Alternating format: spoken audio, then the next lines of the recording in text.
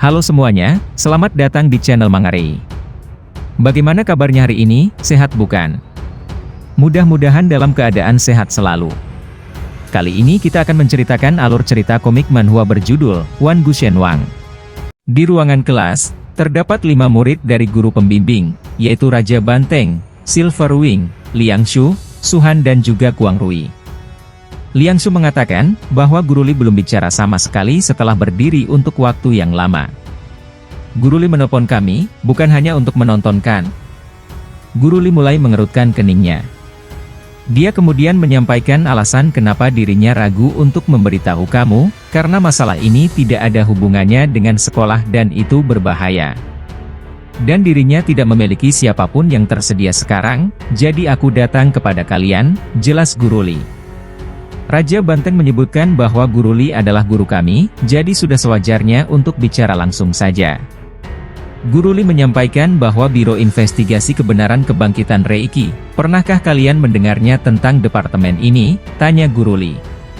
Semuanya kebingungan mendengar pertanyaan dari Guru Li. Guru menyebutkan bahwa itu normal, kalau mereka belum pernah mendengarnya.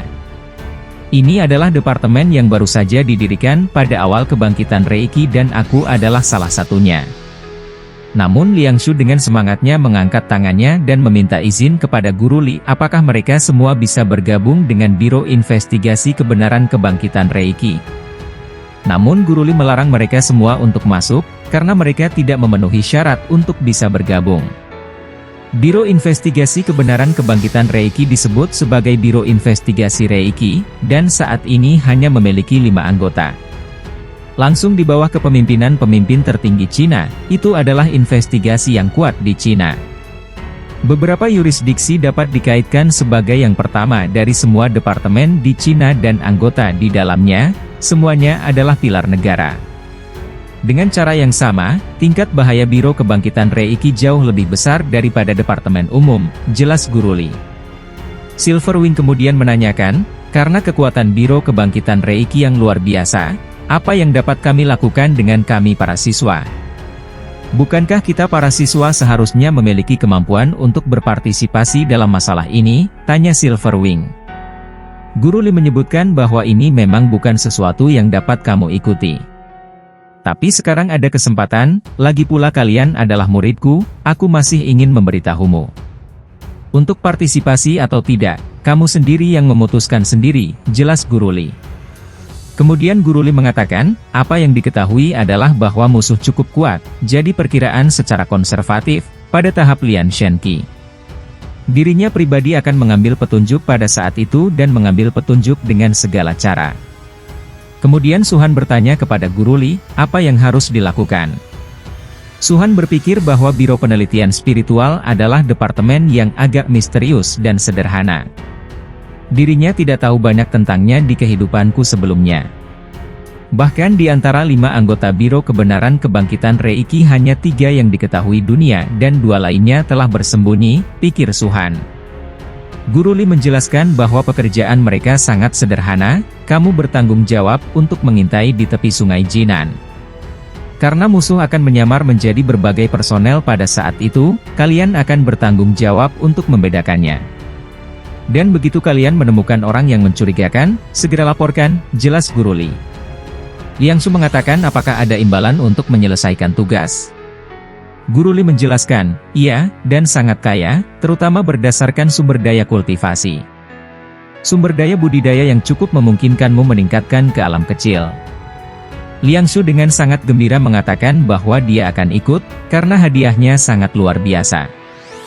Dia mengatakan ke Guru Li, dia akan melakukannya. Guru Li menjelaskan alasan kenapa dirinya memberitahu kalian tentang tugas ini, adalah karena hadiahnya sangat besar dan tingkat bahayanya tidak terlalu tinggi. Tapi kalian juga harus tahu bahwa misi Biro Lingxi penuh dengan variabel. Meskipun kelihatannya tidak berbahaya, hasilnya mungkin sangat berbahaya. Karena itu, dirinya ragu-ragu, dirinya tidak ingin siswanya mendapat masalah. Tapi dirinya juga berharap agar muridnya dapat menjadi lebih kuat, jelas Guru Li. Salah seorang mengangkat tangannya, Guru Li, aku juga ikut, ucap Kuang Rui. Kuang Rui mengatakan, selama dirinya bisa menjadi lebih kuat, dirinya bersedia mengambil resiko, ucap Kuang Rui. Suhan menanyakan, Guru Li, apa ada orang lain yang terlibat dalam tugas ini? Tanya Suhan kepada Guru Li. Suhan berpikir, sejauh yang dirinya tahu, untuk memastikan keberhasilan misi, seringkali ada beberapa tim yang melakukan tugas yang sama. Pikir Suhan, Guru Li mengatakan, iya, siswa yang memiliki performa yang baik dalam kontes mahasiswa baru kemarin, akan ada seseorang untuk berbicara dengan mereka. Jika mereka setuju, mereka akan berpartisipasi dalam kelompok, jelas Guru Li. Mendengar penjelasan Guru Li, Suhan mengacungkan tangan, dan sepakat untuk ikut berpartisipasi. Raja Banteng dan juga Silverwing sepakat untuk mengikuti Suhan bergabung dengan misi milik Guru Li. Di pinggir sungai Jinan, telah banyak orang berkumpul. Terlihat Suhan dan Liang Shu juga berada di sana. Liang Shu mengatakan kepada Suhan, Kakak Su, apa kamu menemukan orang yang mencurigakan? Namun Suhan mengatakan bahwa Liang Shu lah yang terlihat paling mencurigakan sekarang. Dia sangat tidak alami, dan dirinya terlihat mencurigakan, ucap Suhan bercanda dengan Liang Shu. Kemudian Liang Shu menunjuk seseorang dan mengatakan bahwa itu kelihatannya seperti Qinya. Bajingan itu berpura-pura sangat mirip dengan penjual manisan. Adalah salah satu anak yang mengatakan kepada ibunya ingin membeli makanan yang dijual Qinya. Namun ketika Qinya menawarkan, bocah tersebut langsung ketakutan dengan tatapan yang diberikan oleh Qinya. Dia pun menangis dan berlari meninggalkan Qinya karena menurutnya Qinya itu menakutkan. Liang Shu yang melihat hal tersebut tertawa, dan mengejek Qinya.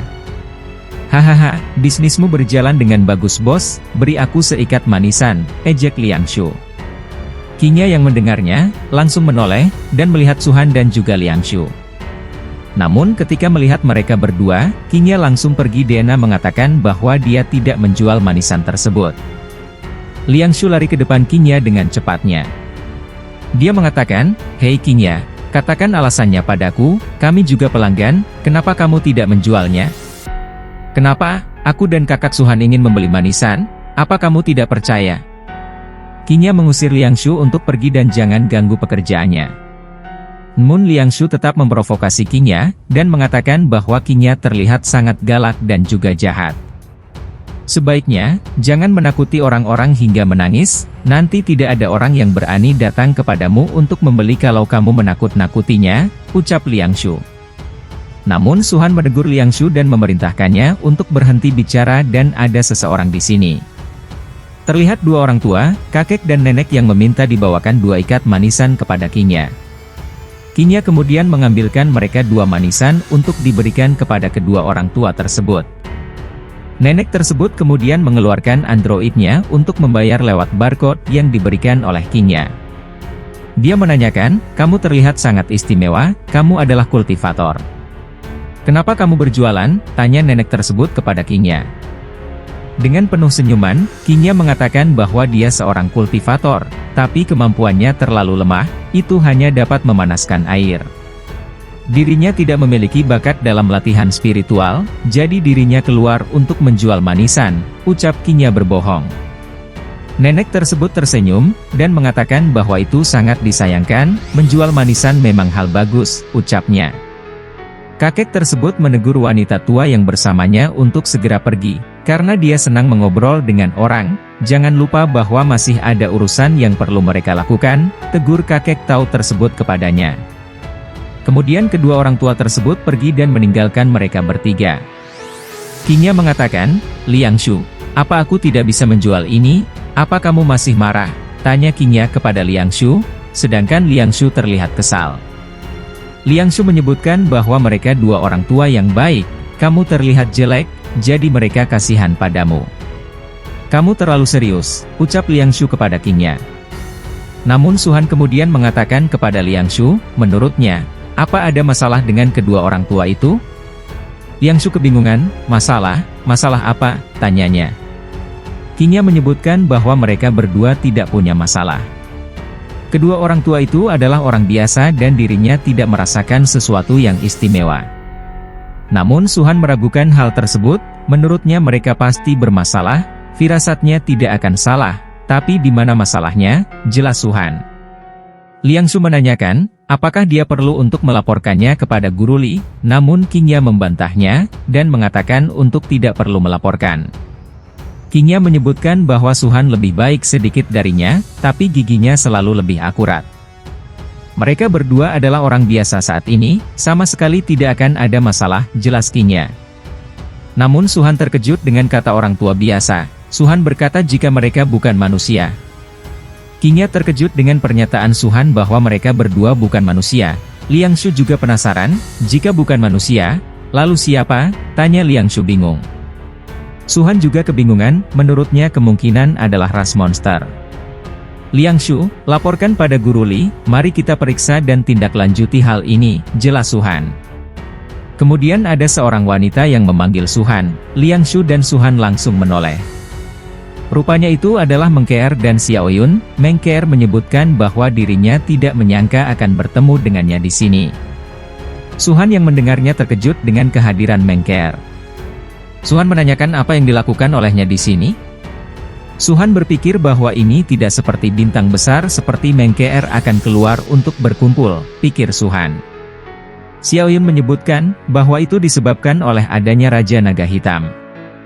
Dia mengirim seseorang untuk melecehkan Keer terakhir kali, tapi untung saja dia diselamatkan oleh kamu. Kali ini kami tahu kalau Raja Naga Hitam akan muncul di sekitar, dan akan membalas dendam, ucap Xiaoyun. Suhan kemudian berpikir tentang Raja Naga Hitam, karena menurutnya, ini bukan waktu yang tepat untuk monster lahir lebih awal. Dan sekarang mereka muncul lagi di sini, tunggu biar aku tanya sesuatu, pikir Suhan. Qingya terkejut dengan kedatangan wanita tersebut, dia kemudian ingin bertanya dan menanyakan sesuatu. Dia mengatakan, Meng Keer, apa kalian baru saja membicarakan Meng Keer yang itu? Liangshu dengan bangganya mengatakan, tentu saja, dan hidup bintang kita diselamatkan oleh Kakaksu, dirinya selalu mengagumi Kakaksu, ucap Liangshu. Qingya masih terkejut dengan situasi yang terjadi, dia mengatakan dengan keraguan, apakah itu memang benar-benar Meng Keer sungguhan, tanyanya ragu. Kemudian Qingya maju dan duduk bersimpuh di hadapan Meng Keer. Dia mengatakan, Meng Keer, akhirnya aku akan bertemu denganmu. Dirinya adalah penggemar besarmu, kamu idolaku, akhirnya aku bertemu dengan orangnya sungguhan, ucap Qingya begitu semangatnya bertemu dengan Meng Keer. Qingya kemudian menarik kaki Meng Keer dengan sangat bahagianya bertemu sang idola, sedangkan Keer agak risih dengan apa yang dilakukan Qingya. Suhan dan Liangshu juga terkejut dengan apa yang dilakukan oleh Qingya kepada Meng Keer. Liangshu dengan tatapan terkejut mengungkapkan, orang ini, apa dia Qingya yang aku kenal, bahagia seperti anak kecil, ucap Liangshu. Mereka berlima kemudian berjalan saling beriringan, dan Suhan sedang berbincang dengan Meng Keer. Meng Keer, ceritakan padaku situasi tentang Raja Naga Hitam secara detail, tanya Suhan. Meng Keer meminta Suhan untuk memanggilnya Keer saja, sedang Qingya terlihat di belakangnya sangat antusias memperhatikan Meng Keer.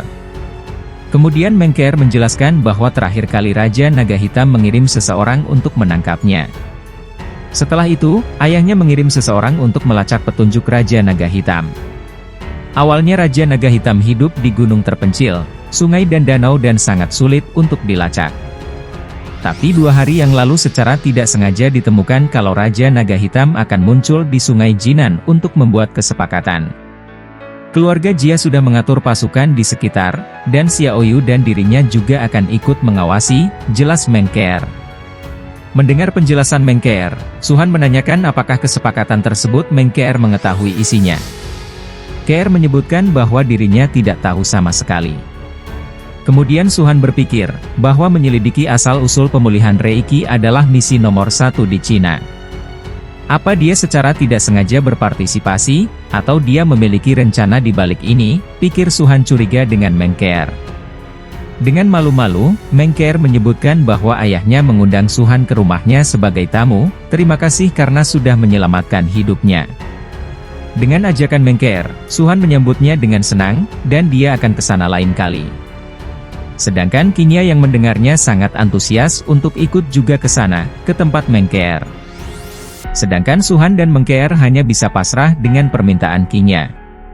Ketika sedang berjalan, Suhan dan teman-temannya menjumpai 2 orang yang sedang bertarung. Dia adalah Kuang Rui, dengan seseorang wanita yang memakai jubah dan juga topeng. Orang tersebut sepertinya adalah Lu Yunzi.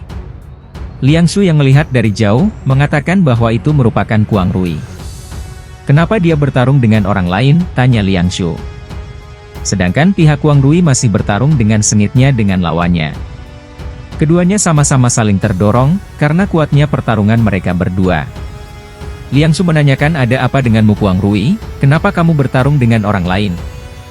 Dengan menodongkan pedangnya, Kuang Rui menyebutkan, dia pikir orang tersebut sangat mencurigakan.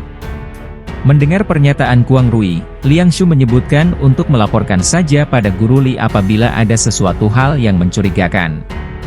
Karena kita tidak melakukan itu, bagaimana kamu melakukannya? Tanya Liang Shu. Sedangkan Kuang Rui menyebutkan bahwa Liang Shu belum pernah bilang kalau kita tidak akan membiarkan melakukannya.